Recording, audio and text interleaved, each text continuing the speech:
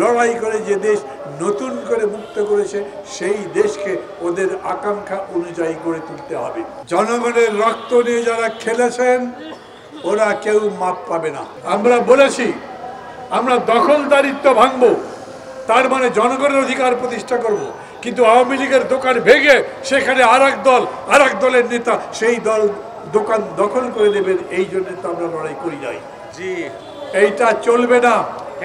খুব স্পষ্ট কণ্ঠে বলতে চাই, সমগ্র জনগণ 17 কোটি 18 কোটি মানুষ লড়াই করে যে দেশ নতুন করে মুক্ত করেছে সেই দেশকে ওদের আকাঙ্ক্ষা অনুযায়ী গড়ে তুলতে হবে।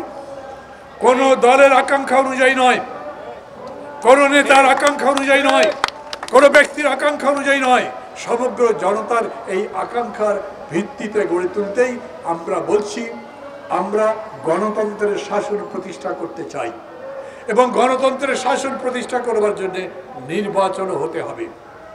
সেই নির্বাচন, যে নির্বাচন মানুষ আগে এখানে দেখেনি, যেখানে কোনো কারচুপি হবে না, যেখানে প্রশাসনের কথা মতো ভোট হবে না, যেখানে সরকারি দল প্রভাব বিস্তার করবে না, মানুষ ইচ্ছা মতো ভোট দিতে পারবে এবং সেই ভোট যথাযথভাবে গণনা করা হবে এবং সেই গণনার যে ফলাফল সেটা প্রকাশ করা হবে। আমাকে বলেন, এই সরকার তো এখনো প্রতিষ্ঠিত হয়নি। আজ সন্ধ্যা 7টায় তারা হয়তো শপথ নেবেন, কিন্তু এখন তো একটা অবস্থা চলছে। এই অবস্থার মধ্যেও আমরা দেখতে পাচ্ছি এই ধরনের কাজ তারা করছেন। এই যে এত পুলিশ হত্যার কাহিনী বলা হচ্ছে, আমরা নিন্দা করছি। পুলিশ হত্যা করবার দরকার নেই, কিন্তু এও ভাববেন যারা এরকম করে বলছেন, যেমন আমাদের প্রতিবেশী রাষ্ট্র, তাদের পররাষ্ট্রমন্ত্রী, তারা বাংলাদেশের সাম্প্রতিক পুরো ঘটনাকে মনে করেছেন কেবলমাত্র বিশৃঙ্খলা, কেবলমাত্র অগ্নিকাণ্ড, কেবলমাত্র খুন লুটপাট। মানুষ যে জীবন দিল, আন্দোলন করলো, সেই কথা তারা বলেন না। এবং সেই জন্যেই এই 500 অন্তত পক্ষ মানুষের রক্তে রঞ্জিত হাত এবং পুরা শরীর তাকে নিরাপদে অবতরণ করতে দিয়েছে, সেইখানে তার আশ্রয়ের ব্যবস্থা করেছে।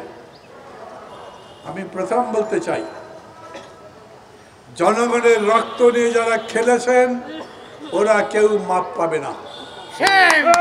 জনগণের সম্পত্তি যারা দখল করেছেন তারা কেউ মাপ পাবেন না।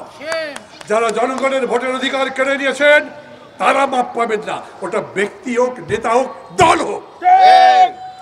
যেই দল নিজের ক্ষমতার দাপটে জনগণকে পায়ের নিচে দাবিয়ে রেখেছিল, খেয়াল করবেন আপনারাই নির্বাহী আদেশে কোন কোন দলকে বাতিল করেছেন। এই রকম বাতিল আপনারাও হয়ে যেতে পারেন। আপনাদের পাপের বোঝা এত বেশি, ওটা আদালতের মাধ্যমে বিচারে, জনগণের আদালতে আপনারা আসতে পারবেন না।